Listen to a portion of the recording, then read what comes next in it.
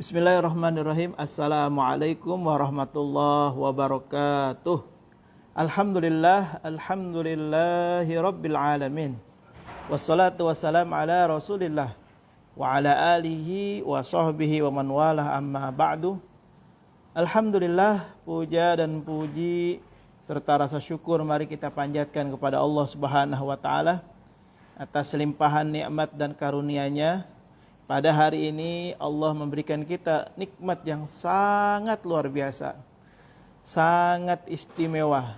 Betapa hari ini Allah memberikan kita bisa beraktivitas, Allah memberikan kita bisa bertemu dengan orang-orang yang kita sayangi, orang-orang yang kita cintai, orang-orang yang kita banggakan, ya. Pertemuan kita pada hari ini bukanlah tanpa disengaja, tapi melainkan karena Allah lah yang memberikan kesempatan itu kepada kita. Maka di dalam kamus Islam, di dalam agama kita tidaklah mengenal istilah kebetulan, tidak ada, ya. Kalau ada istilah kebetulan, maka di situ tidak ada Allah, tidak ada Tuhan. Karena apa? Kebetulan. Tapi Islam tidak mengenal istilah kebetulan. Semua atas kudrat dan iradat Allah Subhanahu wa taala. Bersyukur kepada Allah janganlah pernah kita lupakan, karena dengan bersyukur Allah akan menambahkan nikmat-Nya, karena dengan bersyukur Allah akan memuliakan kita. Insyaallah dengan kita selalu bersyukur, Allah akan menambah nikmat-Nya kepada kita. Allah akan menambah karunia-Nya kepada kita. Mudah-mudahan kita diberikan kekuatan oleh Allah, diberikan anugerah oleh Allah untuk dapat mensyukuri nikmat Allah Subhanahu wa taala.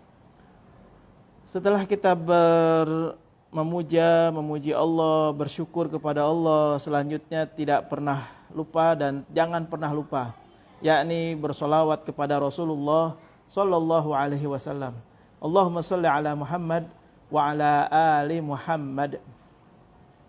Dengan kita bersolawat, insya Allah kita digolongkan orang-orang yang senantiasa ingin dekat kepada Rasulullah. Insya Allah dengan kita senang bersolawat, kita digolongkan oleh Allah. Kita digolongkan oleh Allah menjadi orang-orang yang ingin baik, orang-orang yang senantiasa ingin dekat bersama Rasulullah. Mudah-mudahan Allah menggolongkan kita orang-orang yang dekat kepada Rasulullah dan menjadi umat Rasulullah.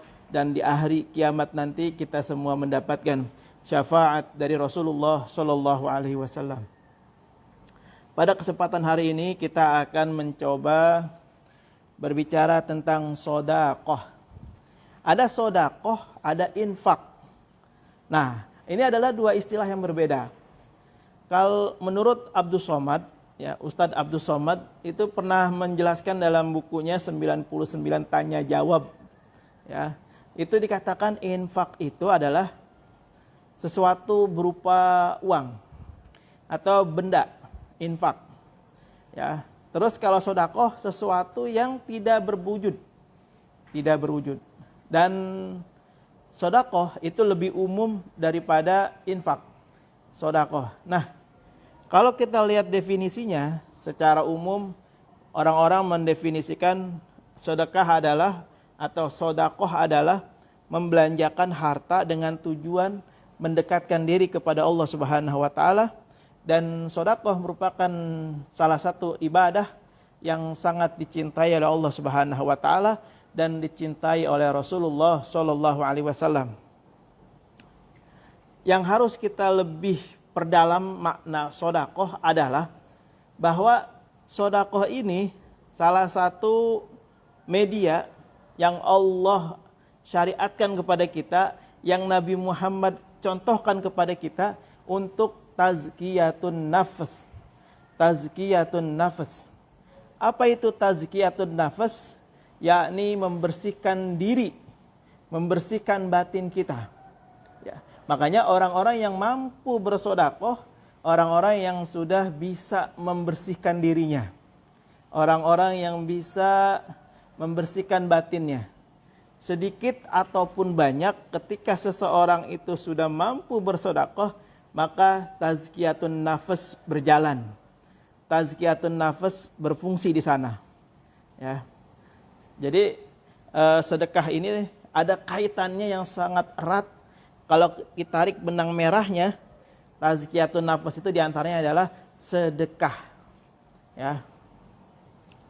Nah, jadi kenapa tazkiyatun nafas ini bagian yang tidak terpisahkan oleh sedekah?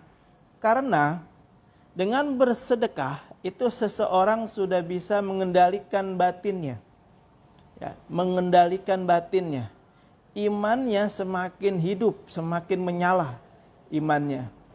Dan orang yang tidak bisa bersedekah itu adalah orang yang memang dia imannya lagi redup, imannya lagi down, imannya lagi turun.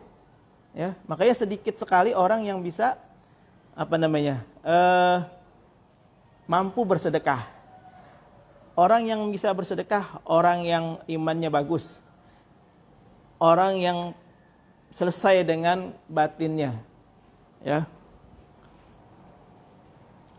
Bahkan kalau kita mau lebih dalam lagi membahas tentang sedekah, sedekah itu tidak berhenti pada uang. Sedekah itu maknanya sangat luas. Ya. Jadi sedekah itu jangan dipersempit maknanya berhenti pada uang saja. Jangan, rugi kita. Kalau sedekah hanya berhenti pada uang, Allah tidak adil.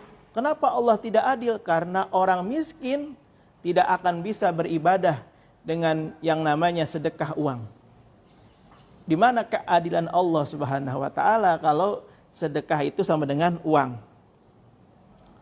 Tapi sedekah itu bisa juga dalam bentuk lain. Ya. Apa itu contohnya? Memberi kebermanfaatan kepada orang lain.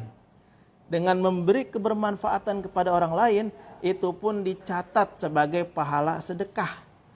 Inilah keadilan Allah bagi kita. Ya. Jadi sedekah itu tidak berhenti pada apa tadi? Uang. Tapi segala bentuk kebermanfaatan yang dirasakan oleh orang lain itu adalah sedekah. Ya. Bahkan kalau saya menyimpulkan sedekah itu maknanya sangat luas. Sedekah itu bisa berupa hablum minallah dan bisa berupa hablum minannas. Ya. Bahkan kalau disederhanakan yang lebih sederhana, sedekah itu sama dengan ibadah. Orang yang bisa beribadah, orang yang mendapatkan hidayah. Makanya tidak semua orang mendapatkan hidayah dalam bersedekah ini. Ya. Ketika Allah memberikan kesempatan bersedekah, maka segeralah. Karena hidayah itu tidak selamanya. Hidayah itu bisa hilang kalau kita tidak memanfaatkan kesempatan itu. Ya. Jadi bisa dimaknai sesuatu yang bermanfaat buat orang lain. Bisa dimaknai dengan senyuman. Senyum kita kepada teman kita, sahabat kita, saudara kita, itu juga sedekah. Atau juga bisa berupa ide, saran. Itu juga sama, bisa disebut sedekah. Pokoknya sesuatu yang menyenangkan orang lain, itu sedekahlah. Ya, jadi nggak berhenti pada uang. Nah, di dalam sebuah hadis dikatakan, ya, suatu hari Ali bin Abi Thalib pernah mendengar Rasulullah Shallallahu Alaihi Wasallam bersabda, yang artinya itu seperti ini: sedekah jika telah dikeluarkan, ya misalnya nih sedekah dikeluarkan, ya, maka sedekah ini sebelum sampai kepada orang yang menerima sedekah kita, ya, maka sedekah ini akan berdoa kepada Allah. Disinilah yang banyak kita nggak ketahui. Apa doanya? Apa doa sedekah ini kepada Allah buat orang yang menyampaikan sedekah itu? Yang pertama kata sedekah nih, dia akan berkata 5 kalimat. Yang pertama, kalau aku kecil ya Allah, maka besarkanlah aku. Nah, makanya sedekah itu tidak ada istilah kecil. Ya, ini doanya sedekah, doanya sesuatu benda apapun itu yang kita sedekahkan itu akan berdoa kepada Allah, ya Allah kalau aku ini kecil, remeh temeh, besarkan ya Allah. Tuh kata sedekah. Yang kedua kalimatnya adalah kalau aku sedikit maka banyakkanlah ya Allah. Tuh, sedekah itu akan memohon kepada Allah, ya Allah kalau memang aku dikasihnya sedikit nih, dikeluarkannya sedikit oleh orang itu, maka banyakkanlah ya Allah. Lipat gandakan ya Allah. Terus kata sedekah yang selanjutnya adalah kalau aku ini musuh, maka kau cintai ya Allah. Jadi kalau sedekah ini menjadi seseorang itu menjadi permusuhan, maka dengan sedekah ini akan menjadi persahabatan, menjadi pertemanan dengan asbab sedekah. Makanya jarang sekali orang yang mendapatkan sedekah dan yang memberikan sedekah kemudian pertengkaran terjadi, nggak mungkin. Ya, yang ada mereka akan saling menyayangi, akan saling mencintai, akan saling menghargai. Itu kenapa? Karena emang sedekah berdoanya begitu. Ya. Terus yang keempat, ya Allah kalau aku ini fana, maka kekalkanlah ya Allah. Jadi jangan sampai berpikir ketika sesuatu kita sedekahkan, habis itu hilang. Nggak ada lagi. Walaupun secara lahiriah mata kita melihat, wah ini bendanya udah nggak ada nih. Terus habis itu selesai. Enggak. Allah kekalkan sedekah itu sampai hari kiamat kelak. Ya, ini doa daripada sedekah kepada Allah. Ya, makanya jangan sampai kita berpikir sedekah hanya hari itu saja. Tapi ingatlah, sedekah itu akan kekal di hadapan Allah Subhanahu wa taala. Jadi tidak ada sedekah yang hilang atau yang habis, nggak ada. Tapi akan kekal selamanya sedekah itu.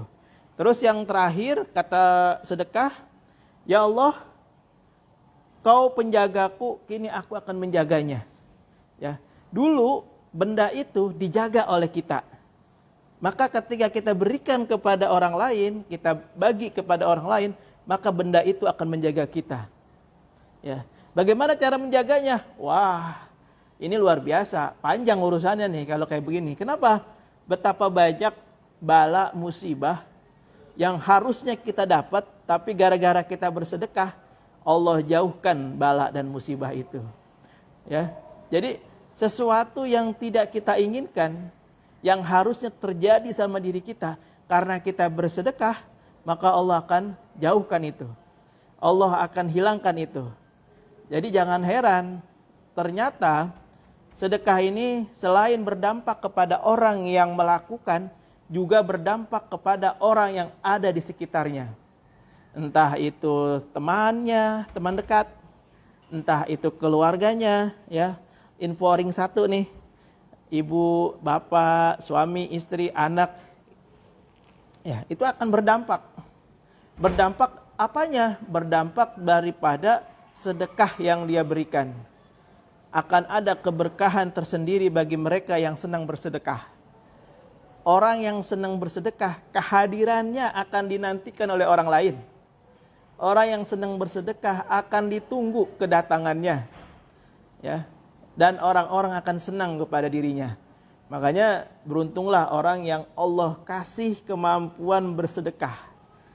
Allah kasih hidayah buat bersedekah. Sedekah itu enggak harus banyak. Kalau banyak, alhamdulillah sesuai kemampuan. Tapi kalaupun tidak, maka sedikit tidak masalah. Ya, jadi jangan sampai nunggu banyak, jangan sampai nunggu kaya baru sedekah. Selesai kita, ya. Tidak ada.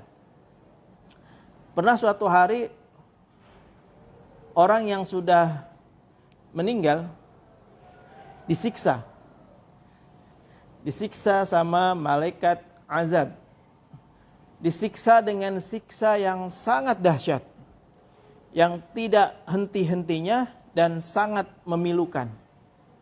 Lalu dalam kisah ini orang yang disiksa ini usul, ya Allah,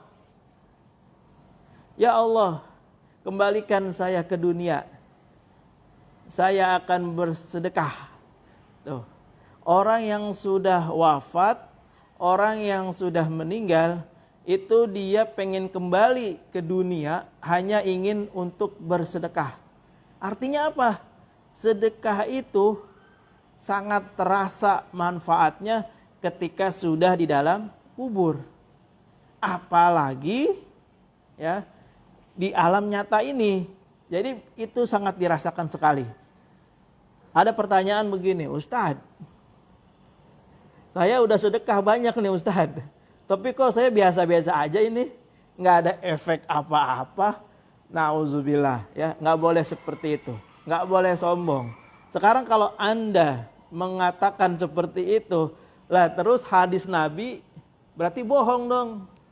Hadis Nabi dusta dong. Loh, ada orang yang mendustakan hadis Nabi? Tidak, itu salah.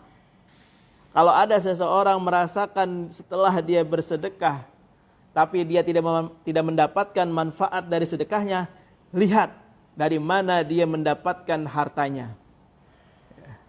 Dari mana dia mendapatkan hartanya. Karena harta yang haram itu mustahil membawa keberkahan. Karena harta yang haram mustahil membawa ketenangan. Sama seperti halnya ada orang yang membangun masjid. Wah, membangun masjid ini luar biasa.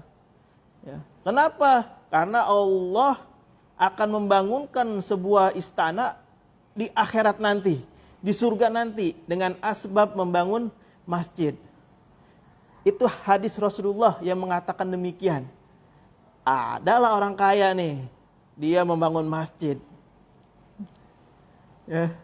Terus meninggal, dihadapkan kepada Allah, ya Allah, mana rumah yang kau janjikan? Mana rumah istana yang kau janjikan? Aku sudah membangun masjid di dunia. Allah tinggal balikin, harta yang kau gunakan untuk membangun masjid dari mana? Apakah di situ ada kezaliman? Apakah di situ ada paksaan? Apakah di situ ada orang yang terluka? Ada orang yang menangis, haknya diambil? Makanya nauzubillah, orang-orang yang mengambil harta yang bukan haknya demi Allah, demi Rasulullah, ibadahnya tidak akan diterima. Demi Allah, demi Rasulullah, orang yang memakan harta yang haram tidak akan berkah hidupnya. Demi Allah, demi Rasulullah, orang yang memakan harta haram 7 turunan, kalau dia tidak bertaubat, kalau dia tidak bertaubat taubatan nasuha, demi Allah, itu azab akan menantinya, baik ketika dia masih hidup maupun ketika di akhirat kelak. Ya. Makanya hati-hati dengan barang yang masuk ke dalam tubuh kita. Ya. Nauzubillah, sedikit saja barang yang haram masuk ke dalam tubuh kita, udah kacau, ibadah selesai. Selesai maksudnya apa nih? Nggak diterima, ibadah kita mardud, ditolak sama Allah. Makanya jangan main-main dah dengan harta haram. Jangan main-main, sedikit pun jangan main-main.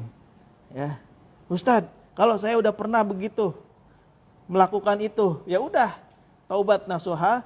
Kalau bisa dibalikin, kembalikan ke orangnya. Minta maaf, minta ikhlas, minta ridho, selesai. Ustadz, saya udah minta maaf, minta ikhlas, minta ridho, tapi dia nggak maafin Ustadz. Dia nggak mengikhlaskan Ustadz. Ya udah, selesai. Kamu tinggal tawakal kepada Allah, minta ampun kepada Allah, berjanji tidak mengulanginya lagi, dan buat kebaikan sebanyak-banyaknya. Bikin manfaat kepada sesama manusia, insya Allah di situ menjadi kafarat, menjadi penebus dosa-dosa kita. Ya, jadi sekali lagi, mari kita bersedekah, sedikit maupun banyak. Yang mudah kita lakukan, yang sulit ya kita tinggalkan, nggak ada masalah, silakan gunakan yang mudah kita lakukan. Insya Allah dari yang mudah, nanti semakin kita bisa mengerjakan yang sulit, yang besar. Gitu ya. Jadi terima kasih, mudah-mudahan hari ini ada manfaatnya. Sedikit dan banyaknya kita bisa memanfaatkan rezeki yang Allah kasih kepada kita buat bersedekah. Ya, hadanallahu wa iyyakum ajmain. Assalamualaikum warahmatullahi wabarakatuh.